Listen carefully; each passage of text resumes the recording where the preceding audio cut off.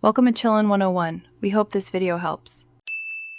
In this video, I will show you how to make beautiful cupcake roses using an easy method.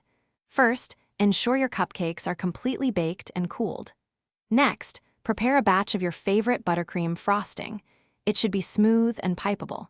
You'll also need a piping bag fitted with a petal tip. Specifically, a 104 tip works wonderfully for this technique. Having these items ready makes the process much smoother and more enjoyable. Now, let's create the heart of our rose.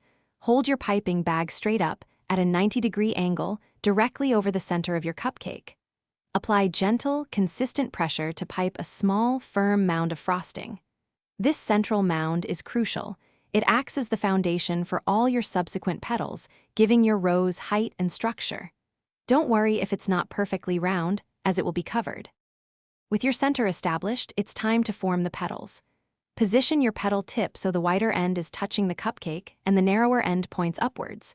Starting at the base of your central mound, pipe small, overlapping arcs moving around the mound. Each arc is a petal. Continue this process, gradually working your way outwards, making each new layer of petals slightly larger than the last.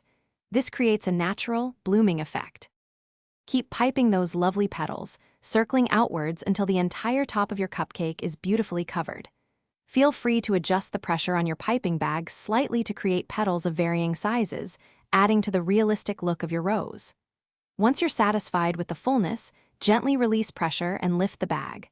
And there, you have it, a stunning, edible rose, perfect for any occasion. Enjoy your sweet creation. Thanks for watching. Consider subscribing if we helped you.